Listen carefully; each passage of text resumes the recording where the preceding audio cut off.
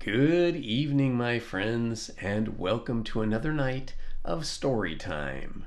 Tonight we continue with Mystery in White, Chapter 23, One Who Knows. Lydia looked up from her gloomy vigil as the bedroom door opened softly and David, followed by Nora, came in. David had a nearly spent lighted match in his hand. "Anything happening?" she asked. "Not yet," replied David, "apart from finding out things." "Yes, everybody goes on finding out things but me," answered Lydia. "One day, David, you shall tell me a long, long story. Meanwhile, I've only got a collection of bits and pieces that don't seem to make anything. By the way, have you and I wished each other a Merry Christmas? It would be a pity to miss it." She turned to Nora. "David and I always go on like this, but beneath it all, we have lovely natures, etc., etc. I suppose you've come for the latest bulletin. Really, I think your father only needs his rest. He's sleeping like a top." Nora tiptoed to the bed and regarded her father's serene countenance.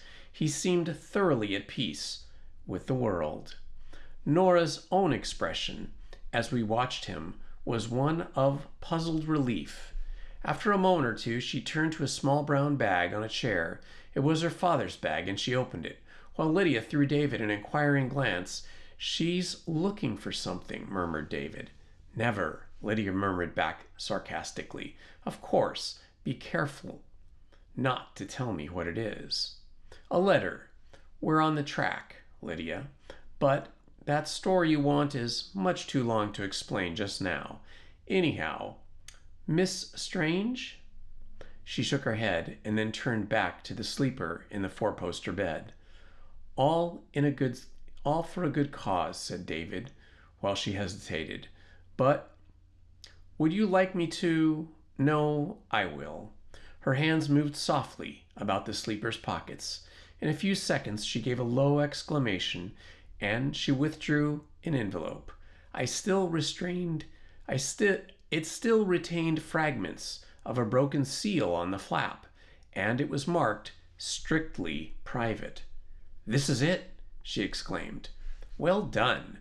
Then down we go," answered David. "Come along." He opened the door, struck another match, and held it up as Nora slipped out of the room with her find. A moment later, the door was closed again. "Thanks ever so much," said Lydia. David and Nora found three silent people waiting for them below, but Mr. Maltby broke his silence with a quick "Well?" as they reached the hall. "I found it," answered Nora, handing the envelope to him. He took it and returned to the fire, while David resumed his sentry duty by the kitchen door. After regarding the words "Strictly Private" on the side of the envelope and the broken seal on the other, the old man asked, "Do you want to read it yourself first?" "No, I'd rather you read it out," replied Nora, in a low voice. "Whatever it is, we've all got to know now." "That is so. The way you are taking this is very helpful. It increases our desire to help you in return. Yes," he went on, as he drew the letter from its covering, "this is obviously the writing of an ill man, and I should say there is an attempt here to disguise it. Everything fits." He turned to the end, even to the signature. "One who knows.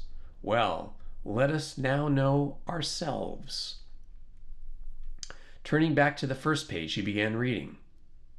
"Dear Mr. Strange, the writer of this letter wishes to do you a good turn and to relieve himself of certain knowledge before the opportunity to do so slips away. He has possessed this knowledge for many anxious years, and he makes no excuse for having withheld it for so long. If you guess his identity, you may guess also that he has had his cross to bear, even if you decide that he has borne it badly. What he now has to say is a matter of importance, however, and judgment can be left to other hands. You will doubtless recall certain facts regarding the death of your father, John Strange. You will recall that he was ill for some time previously, and that it became necessary to engage a nurse. You will recall that a few hours before he died, he sent for you and your wife, and you may have assumed that this was a deathbed repentance, which, as the writer himself knows, can destroy evil thoughts and can even put one in a strange mood. You will recall the circumstances of your father's death. I will not dwell upon those circumstances. You may have formed your own conclusions, but there is something you will not recall, because until this moment, I alone have known it. It was generally believed that your father's fortune was confined to the considerable amount that came to your brother, Harvey, and which was soon expended in gambling, racing, and other expenditures which I will not mention. But your father, towards the end of his life, had begun to have other ideas regarding his fortune, ideas which, in the peculiar circumstances of his position, he thought, perhaps, might not be put into execution, and which, as it happened, were not. It was because of this, because of his doubts, and also, very probably, his own peculiar disposition, that he contrived to convert a considerable portion of his investments, £5,000, into cash. I myself was merely told, on one occasion, which he subsequently regretted, of the existence of this cash, not of its whereabouts, and I swore on the Bible that I would reveal nothing of what I knew. I claim no virtue for the fact that I might have broken his oath later on to my own advantage. I merely state I did not do so, but now I break my oath, knowing that at this moment John Strange would wish it, and after all, the money was intended for you. In any case, and had your father lived a little longer, he would doubtless have informed you where to find it. Mr. Maltby, who had read up to this point without a pause or interruption, now stopped for a moment and looked at Nora. She was staring at him almost unbelievingly. "Now you can understand, Miss Strange," said the old man, "why your father came here, and why he said he would be giving up his class in Newcastle." "But where is the money?" she gasped. "That we will find out," answered Mr. Maltby. "Unfortunately, we are not likely to learn from the conclusion of this letter." He resumed reading. "What you will decide to do after receiving this is, of course, your own concern, but should you visit Valley House, the writer advises you to keep your intended visit to yourself and not to let it become known to anyone beforehand. Yes, but your father did let someone know beforehand, Miss Strange. He wrote, it seems quite reasonably, to Charles Shaw. He did not know, apparently, that Charles Shaw would write to Martha Wick. Well, to conclude, there is not much more. It would be strange if exactly 20 years after your father's death you learned what he had then failed to tell you. Yes, that has also occurred to me. And then comes the somewhat anomalous signature under which Dr. Wick tried to conceal his identity. One who knows. It is anomalous because Dr. Wick did not know. He merely possessed half knowledge, which we ourselves must complete. As he pocketed the letter, he looked towards the slowly ticking clock, the hands of which were most visible in the firelight. 20 years will very soon be up. At the kitchen door, David suddenly stiffened. "Hear anything?" gulped Mr. Hopkins.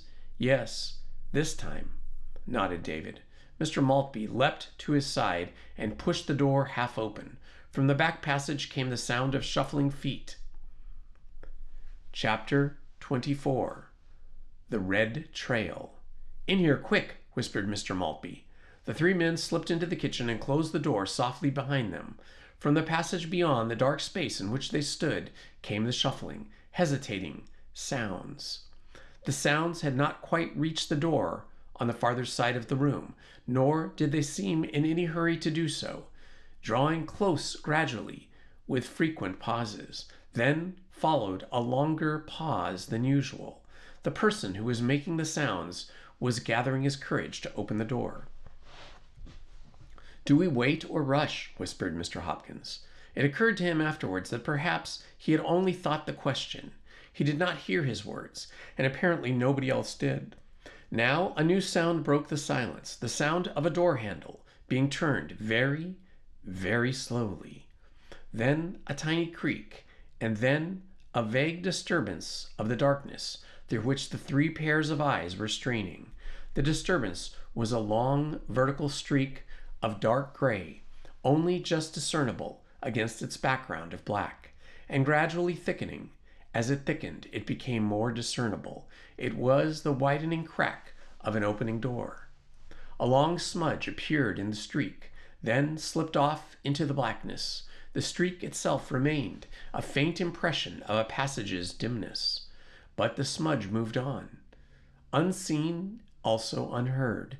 To Mr. Hopkins, waiting tensely for some terrible culmination, it was one of the ghosts he had professed to disbelieve in, about to swoop upon him for his incredulity.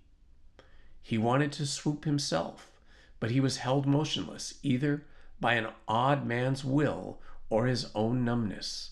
So instead, his mind swooped. It swooped for an instant right out of the kitchen into the comfort of Jessie's arms. He dwelt hard on their material warmth and decided that when all this frightfulness was over, he would find those arms somehow. Be nice to her. Be nice to you, too, he decided. She's a decent little thing. Make her really like me, eh? But all of a sudden, the attractive face in the vision changed. He did not recall the transition. He just awoke to the fact of it. He was staring at another face into which Jessie's had melted. A face with terrified, too brilliant eyes that seemed to be staring back right into hell.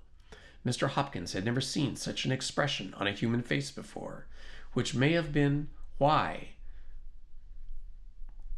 For a tottering moment, he wondered whether it were human.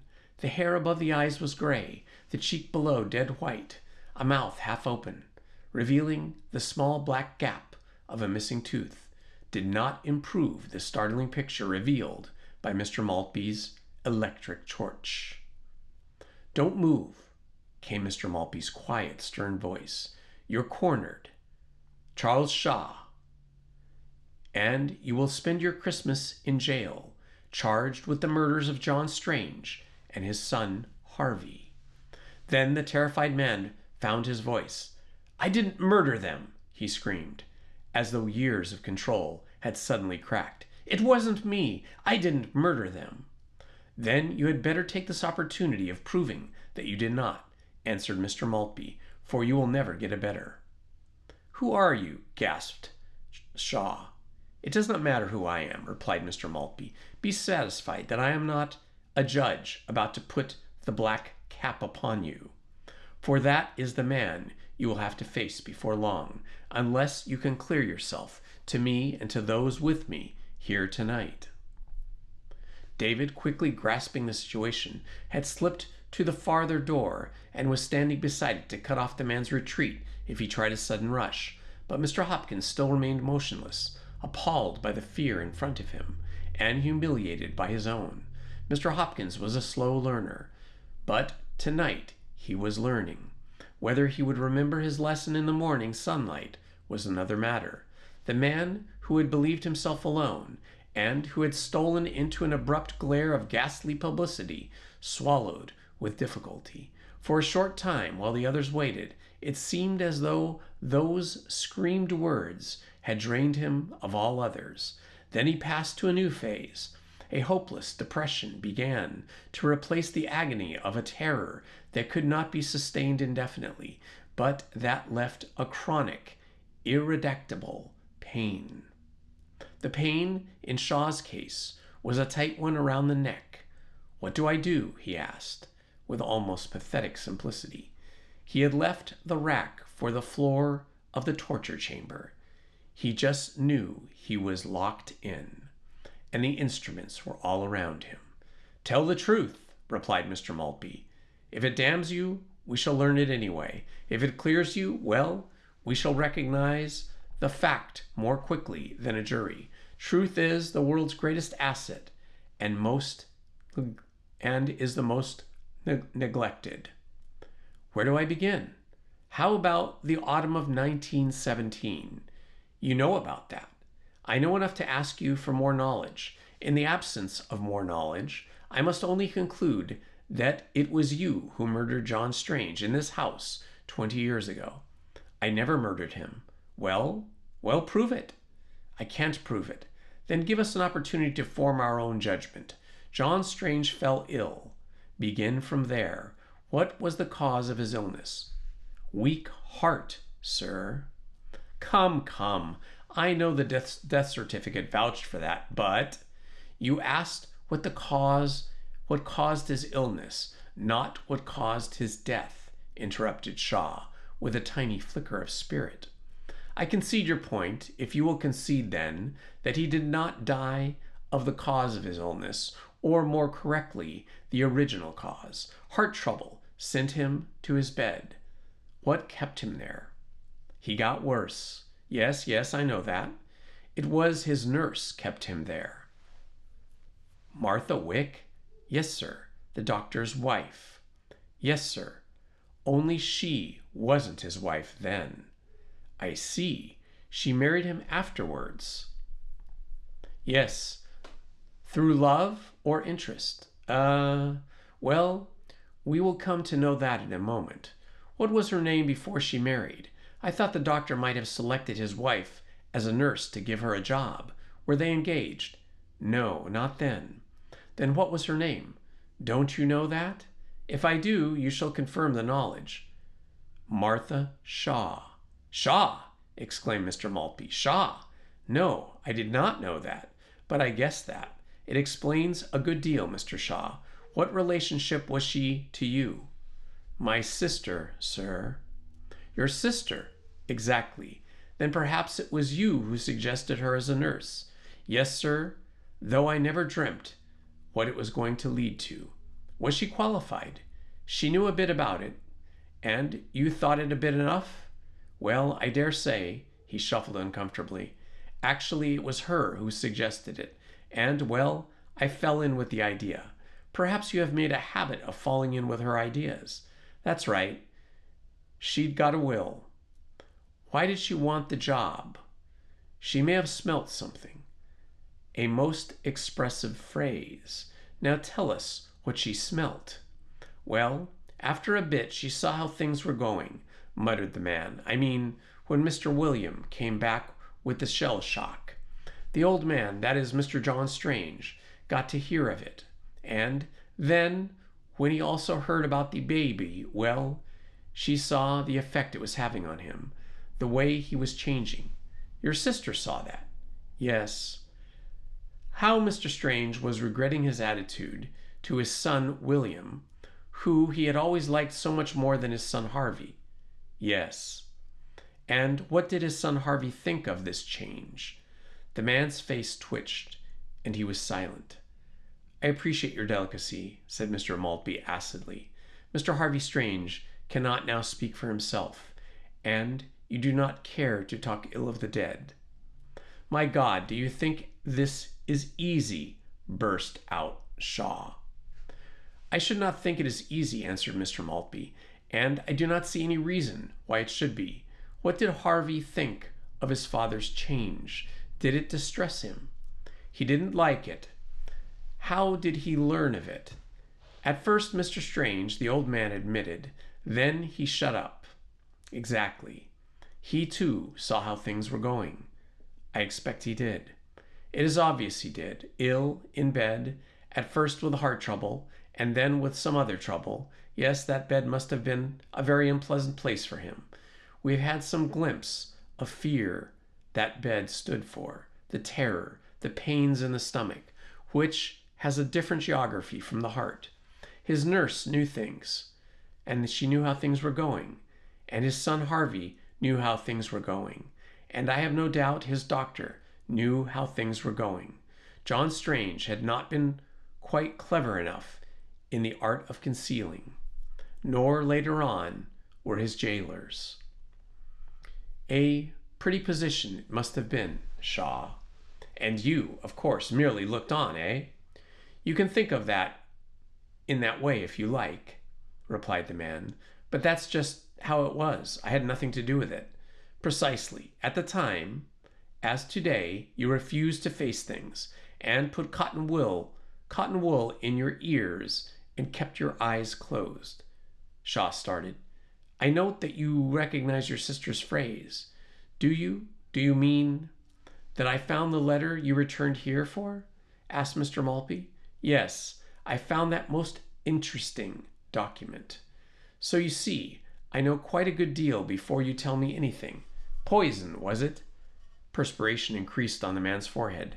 Drop that light a bit, can't you? He muttered. You're blinding me.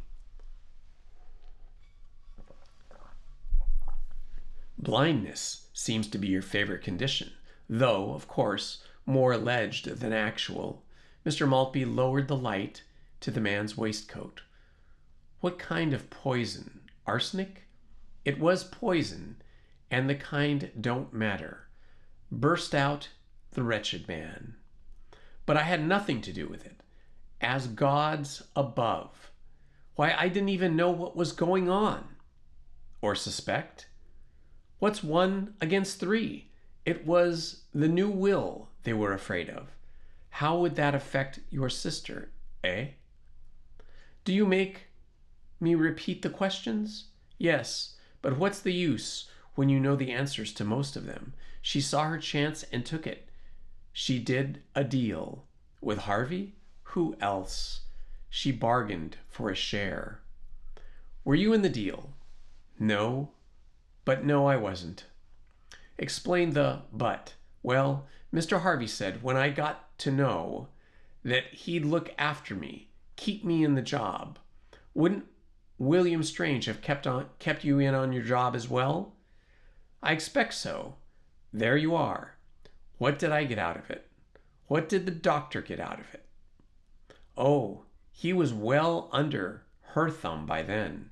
She could have ruined his practice. You see, I'm not keeping anything back. I wouldn't make a virtue of that, interrupted Mr. Maltby contemptuously. How could your sister have ruined Dr. Wick's practice? She had him under her thumb. Yes, you said that. But how? How? Shaw shrugged his shoulders wearily. This is pleasant for me, isn't it? If you must know, my sister had her attractions in those days, and the doctor fell for her. Is that enough? You were telling us they had an affair? That's a polite term for it. And then, not to continue the politeness, she blackmailed him into complicity. Yes, and after that married him to keep him quiet. Now you've got the lot. No, not quite, answered Mr. Maltby. When John Strange, defying his four bodyguard keepers, you talk of 1 against 3, Shaw, but he was 1 invalid against 4 when he cheated them in the small hours of Christmas morning and struggled down the hall to spring his surprise upon the company. Who was it that put the fatal dose in his champagne? The dose that prevented him from completing his speech? Did you? I've told you no, shouted Shaw. I've advised you to control yourself, answered Mr. Maltby severely. We are doing so. Who put the fatal dose in the champagne? My sister, damn you. You state that Martha Wick, nee Shaw, murdered John Strange. It's the truth. And that Harvey Strange, Dr. Wick, and yourself were accessories. They were, yes, but I wasn't. How many more times am I to tell you that I had nothing to do with it? Even if I'd known, I couldn't have stopped them. I knew afterwards, of course, but not at the time. My God, haven't I been through enough tonight? How much longer? That will depend largely on yourself. I assume correctly, or correct me if I am wrong, that John Strange managed somehow to make a new will, and that its production was to be one of his surprises. But before he could refer to the new will, much less produce it, he died. You do not correct me. So, I take it I am not wrong. Where was the new will? Was it found? Yes. By whom? Martha. Martha? Always Martha, and Martha is not here to give you the lie. Where did she find it? When he was dead, it was her duty to lay him out. She found it in his wig. What's that? Cried Mr. Maltby sharply. His wig? That's what I said. His wig. He'd written it on a thin paper, and that's where he had hidden it. I see, I see. What did Martha do with it after she found it? She put it back again and said nothing till he was buried. Why? To continue the blackmail. She told Mr. Harvey later that she'd found it, and if he didn't keep her in comfort, she'd reveal it. Then he'd have nothing, because the new will left everything to Mr. William. Your sister must be a she-devil, Shaw. I'm not denying it, replied the man. Of course, since she and the doctor and Harvey had the arranging of everything and were all the same mind, they had no one else to worry about. Did Dr. Wick continue his practice? No, he sold it, and they moved. And bled Harvey? Yes. Did you get any of the blood? If you mean money, no. That's it. I just got my wages for the job here. What happened when Harvey's money ran out? He learned other ways of making it. Your sister saw to that? I expect so. For 20 years, until her husband died. And now Harvey is dead. Who killed him? Shaw gulped. His throat was dry, and his faint flickers of spirit seemed to be dying. She killed him, he said. How? I'm not saying any more. With a hammer? My God, what's the use? Did you find the hammer? I found it. All right, yes, with a hammer. Do you remember saying to me, how much longer? You can shorten the length by telling me now exactly what happened here this afternoon when your sister and Harvey turned up. You read my sister's letter to me. I did. Then you know some money was hidden here. He'd hidden that somewhere, as well as the will. I know that. We began looking for the money. I didn't expect Mr. William and his daughter till the evening, and even then I thought the weather would delay them, as it had delayed the others. But Mr. Harvey was out to make trouble.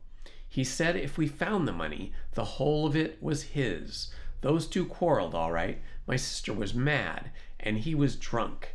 And at last he left the house, just after I'd made tea to try to get back a little peace. He said he was fed up and was going to blow the whole show. I didn't expect he was, but Martha got wind of it. And she took the hammer and went after him. Then she came rushing back. I don't forget it. And I said what she'd done, and that the snow was covering him up. I didn't wait. You fled. We both did. You did not get far. We lost ourselves. Then what happened? We managed to get into the barn. It's around the back. I've been there nearly ever since. Did you know the house was occupied? We saw the lights. That's why we went to the barn. What did you think? That Mr. William and his daughter had arrived. They had not arrived. We had, from a snowbound train. Why did you stay so long in the barn? Was it only the weather? No, we wanted my sister's letter. I knew where I'd left it. When the body was found, we guessed the house would be searched, and, well, the letter might have been awkward. He paused, then went on in a depressed monotone. We wanted to see if we'd left anything else around, too, and to try to get a lie on the position. We decided to wait till everyone was in bed, but when Martha thought she'd heard a scream, it unnerved her. She went out. It was quite a while afterwards, after the scream. I tried to stop her, and she didn't come back. I took it that she never meant to come back, or that something had scared her off. With a sudden shock, David realized that the first footprints he had traced had been Martha's, and that if he had continued on instead of turning back, he would himself have reached the barn. It was he who had scared the woman away when he had tumbled out of the window. "But you stayed in the barn?" asked Mr. Maltby. "Yes, for a bit," replied Shaw. "Not all the while, then, between her departure and your coming here?" "No, not all the while." "Well, go on." "I tried to find my sister. It worried me, her not coming back. I thought she might be up to some trick or other, doing something to lay the blame on me. It would be like her. She might say the same of you," Mr. Maltby reminded him. "She might, but she won't," answered Mr. Shaw. "She'll deny your story that she killed John Strange and Harvey Strange. I'm telling you, she won't." "Why not?" "She's dead." Nothing appeared to ruffle Mr. Maltby, who had kept his questions with an insistent crispness from which there seemed no escape. He had never once paused in genuine surprise, and though David had noticed the news about John Strange's wig had made a deep impression on him, the interest in the case was less surprise than confirmation. Mr. Maltby had frequently referred to the immaculate hair in the painting, but now, as he learned this fresh, startling fact, he made no attempt to conceal his astonishment. In fact, he raised his electric torch to the servant's face, as though to seek evidence of the man's truthfulness. The evidence was clearly written on Shaw's features. "Dead," repeated Mr. Maltby, after a long pause. "Martha Wick is dead." "Yes," muttered her ungrieving brother. "And Dr. Wick is dead, and Harvey Strange is dead, and the three dead musketeers cannot deny the words of the living fourth, who now charges them with crime." "I told you before I started that I couldn't prove anything," said the man. "Now you know the reason. And who killed your sister?" "I didn't." "I asked who did." "I don't know. You came upon her dead." "She was alive when I came upon her." "Alone?" "I didn't see anybody else." "Just you two. But you didn't kill her." "That's right. I never killed anyone." "Go on." "I will if you let me. I saw her, but she didn't see me. It was along a lane. She was coming back, at least I thought she was, and I waited, but she took a turn that was between us, and then I realized that she wasn't coming back, and that she probably hadn't seen me because I was under some trees. Or else she might be coming back till she saw something else around the corner. I don't know. What's it matter anyway? What did she see around the corner? A car? Well, in a ditch. Why, that must have been," began David involuntarily, and then stopped. "Do you know anything about the car?" asked Mr. Shaw, in obvious surprise. "Whether he does, or whether he does not, is beside the present point," interposed Mr. Maltby. "Continue, please." "Perhaps it isn't beside the point," retorted the man. "Still, let's get over it. It was a closed car with one window open. Looked like a derelict. Otherwise, I expect she'd have given it a wide berth. Even as it was, she went up to it cautiously enough. Of course, I was coming along then, though she still hadn't seen me yet. My God!"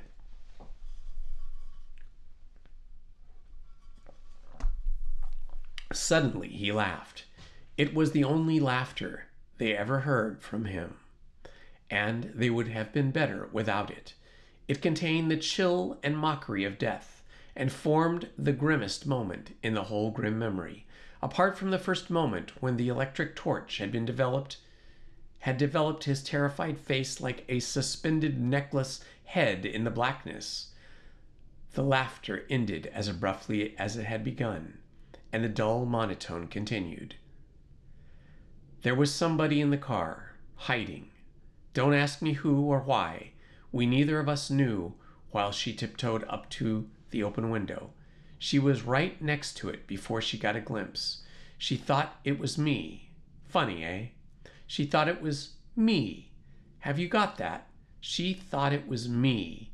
And she poked her head in the window. And she said, "So that's where you're hiding, you bloody murderer. Well, you can stay there while I fetch the police, because you did it, see?" Then a hand shot out of the window, and a knife went clean through her face. Next thing I remember, I was outside here. "So that," murmured Mr. Maltby, in a voice so low that it was scarcely audible, "is where Mr. Smith comes in." Chapter 25, 20 Years After. "Miss Strange." Lydia's voice came down the darkness into the hall, but only Jessie heard it. Nora's ear was plastered against the keyhole of the kitchen door. "I think you're wanted," Jessie called softly, and Nora turned as Lydia's voice sounded again. "Miss Strange, can you come?" Nora groped her way quickly up the stairs. Her mind, like her body, was groping through the darkness, groping to steady itself in a whirling world. At the top of the stairs she felt a hand take hers and give it a hasty little squeeze. "Your father's waking. I think he ought to see you first, but I'll be just outside if you want me," whispered Lydia. "Yes, thank you," murmured Nora, and slipped into the bedroom. In the glow of the fire she saw her father raising his head from the pillow, and she was beside him in the chair lately occupied by Lydia, before he realized that anyone else had been in her place. He smiled as he recognized her, and then his eyes roamed slowly round the shadowy room. "Well, Nora, we're here," he said, "as I said we should be. Are you feeling better, dear?" she said. "Oh, yes. I have had a refreshing sleep. And you?" "I'm quite all right." "That's good. And that young fellow who brought us here, he's downstairs with the others. You remember I told you—" "Yes, I remember. I remember what you told me. I saw some faces before the explosion." "Explosion? Dear?" "It was a snowball. It came over from the enemy lines, and then I went to sleep, and now I am awake again, and I feel considerably rested." "How long did I sleep?" "Not very long." "How long?" "What's the time?" "Light the lamp. There used to be one— yes, there it is, on that table. Then we shall be able to see the time. This is very peaceful." Nora hesitated, then remembering that there was no longer any need for darkness, she went to the lamp and lit it. She only just managed to repress a shudder as the room glowed into clearness, and she thought of a former occupant of the four-poster bed. 13 to 2, she said, glancing at her watch. "Then, in 13 minutes, a happy Christmas, Nora. And it will be. I don't quite understand all these other people, though. But then, after all, one understands nothing. They were snowbound, as I told you." Yes, a train. That was not what I meant. Where's Charles?" As she did not answer at once, he added, "The servant here. He used to be a good chap, Charles. He was very upset when I went to the front, but weak. And that was his trouble. And after I left, I don't believe your Uncle Harvey— However, we will not talk about Uncle Harvey. Is Charles here?" "I don't know," she murmured. "Don't know? I mean, yes, that is, yes, he's here." "I am glad. I am very glad. I had an idea something was said, but, of course, he should be here. I wrote to him, and he was here 20 years ago. Father, don't you think you better try and go to sleep again?" asked Nora anxiously. "Sleep again?" exclaimed William Strange. "Indeed not. I have just awoken." "What's the time now?" 12 minutes to— At this time, 20 years ago, I was down in the hall with your mother, waiting." He sat bolt upright and suddenly gazed at her. "Have I ever told you, Nora, how like your mother you are? She had your same— how can one express it? The same fragility, but strength, too. More strength than you. No one knew how I had to fight. How I had to fight her to marry me. after the family had disapproved of the match. She only consented when she was convinced that I needed her. Well, for those 4 years, I think she was happy. Nora, I feel I should not be here. I should be downstairs. Somebody else should be in here in this bed. She laid her hand gently on his arm. Do go to sleep, dear, she begged. No, I must go downstairs. I must hear what he laid his free hand on Nora's and patted it. Don't worry, my dear. There is something I want to say to you. As a rule, one is dumb. There is a wall between what one knows and what one can express. But tonight it is easy. You struggle and fret till the tide gets you. This is what I want to say. We are not free agents, you know. My father disliked this philosophy, for he had a strong will, though it was forced underground, and he liked to think it was his own property. That was our only serious difference, apart, of course, from my marriage, and perhaps that was due to others than himself. But what has happened had to happen, and what will happen must happen. What we call good and what we call bad are merely reflections of our personal desires and hatreds. That is where our criticisms are at fault. Criticism is the one thing I cannot understand. In the war, I hated. Then a shell exploded everything and left the useless husk you have known. But I went on, only in a different world. I suppose you understand nothing of what I am saying. It is unimportant and trivial. His voice wavered suddenly, as though doubts had come to him. We must get down, he muttered. Please do nothing to prevent me. Your mother always knew what was best for me, though she fought me till she was certain. I am afraid I made a poor return. Yes, of course we must go down, answered Nora, giving up her protests, but dreading what would go down too. And I do understand. I'll help you out of bed. No, wait 1 second, will you? Only a second. Then I'll do everything you want. She ran from the room, closing the door behind her. To her relief, she found Lydia outside. No need to say anything, whispered Lydia. I've been a pig in a good cause, and listened. Go back. I'll let them know. Yes, please do. One day I'll thank you, murmured Nora, with more gratitude in her voice than her words could express. But I must warn you of something. They've caught Shaw. My dear, retorted Lydia, do you think I'd turn a hair by this time if they'd caught the king of Zuzuland? Back in the bedroom, Nora found her father waiting for her patiently, and she felt that his patience was due to his faith that she would make no more difficulties for him. She helped him from the bed and put on his boots, the only clothing that had been removed. They were warm and stiff from having been dried before the fire. It was 4 minutes to 2 when they left the room.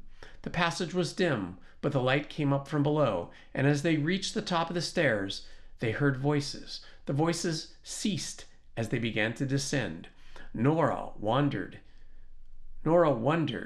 what was going to be the end of that short, queer journey, and what strange expectation of her father's would be fulfilled or disappointed.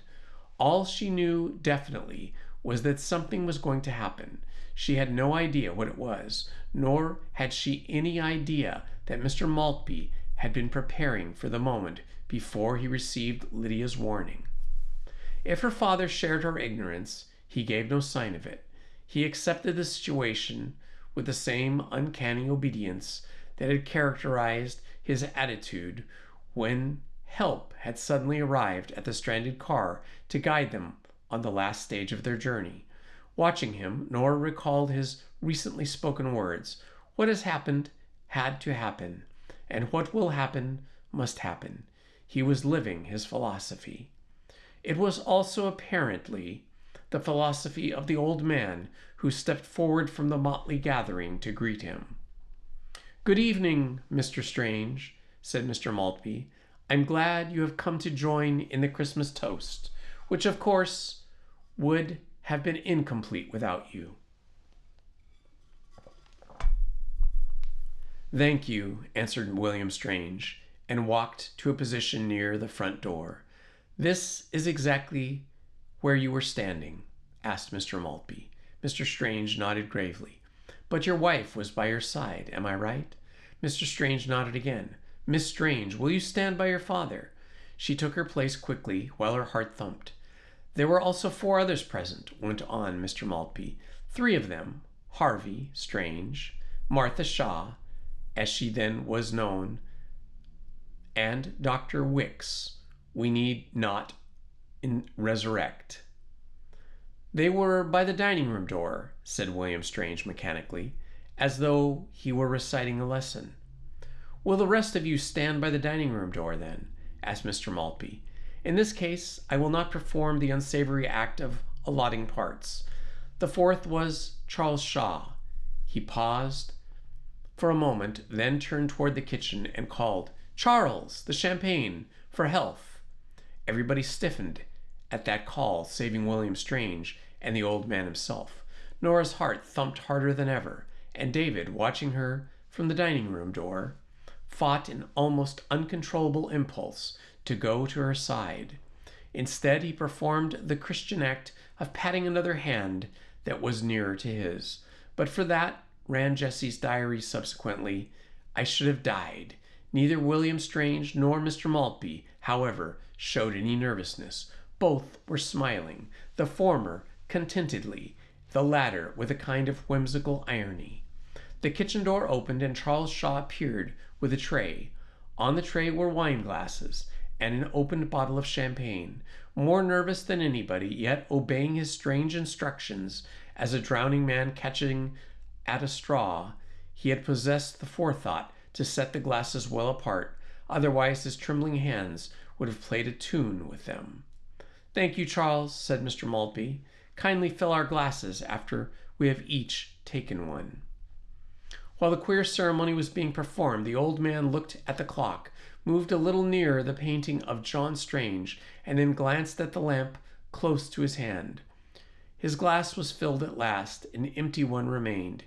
You too, Charles, he said. Me, sir, muttered the man. Why not? Shaw filled the empty glass. Then they all waited, while Mr. Maltby again looked at the clock, whose ticking was now only sound in the hall. 1 minute to the hour. The minute seemed an hour itself. When it passed and the clock gave its preliminary wheeze before chiming, Mr. Maltby raised his glass in his right hand and cried, A happy Christmas to you all, and a toast to... The clock chimed 2, and as it did so, Mr. Maltby's left hand moved swiftly to the lamp and turned it out. Immediately afterwards, a ray of light, directed by the same hand, illuminated the face of a picture, seeming to transform it into a living thing.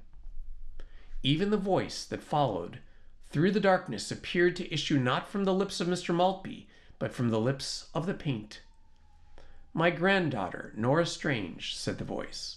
But before you drink, I have certain observations to make, and after all, since you have already been kept waiting 20 years, to wait a minute or 2 longer now will make small difference. The first observation relates to my new will.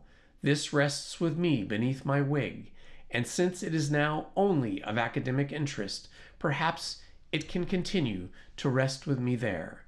It was intended for you, William.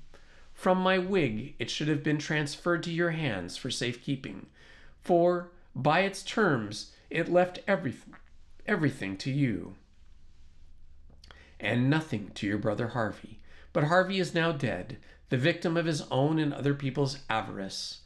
The voice paused to allow time for this news to sink in, but only one tiny gasp came through the darkness to register its reception.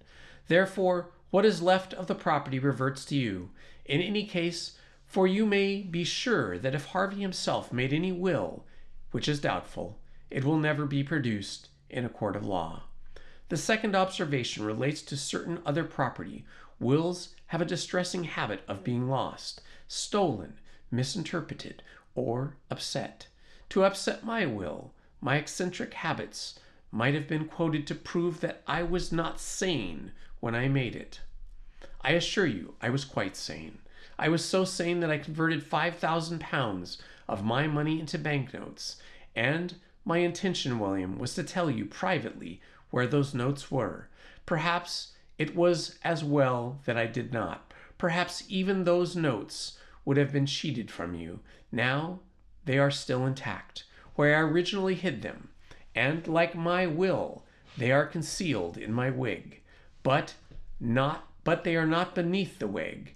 They are behind it, behind the wig at which you are now staring, the wig of the painting. Again, the voice paused, and again there was a little gasp. This time it came from Shaw. The voice continued, "How different you are, William, from your brother. Harvey would not have waited, as you are doing. He would have flung himself at the picture, smashed it, as he helped to smash the original, and torn at the frame. I have but one other subject to mention, Charles Shaw. 3 people, all now dead, combined to poison me. Was Shaw a fourth, or was he an unwilling accessory before or after the fact? Did his sister, who poisoned me physically, poison her brother spiritually, as she poisoned her husband? And if this is so, if Shaw's offense does not go beyond the contemptible and blackguardedly weakness, is he fit for forgiveness now that his evil influences are removed? Could such a man wipe out his past by service? If, William, you decide that he could not, then you will let matters take the normal course. But should you decide that he could, then there might be no need to reopen the question of my murder. One murderer has died of a natural death. The other 2 have themselves been murdered. Harvey by Martha Wick, and Martha Wick by, perhaps, the hand of Providence. We might accept that hand. Good night, William. A happy Christmas." The light vanished from John Strange's face, and a prosaic old man struck a match and relit the lamp and raised his glass.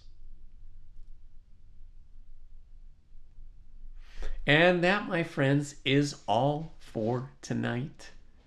I hope you're enjoying this. We're almost finished. I think we have 1, maybe 2 chapters left. So we'll save that for New Year's Eve. This has been Indiana Homes. Thank you all for joining me, and love to you all. Good night. Please hit the like button, subscribe, and hit the notifications button. Thank you very much.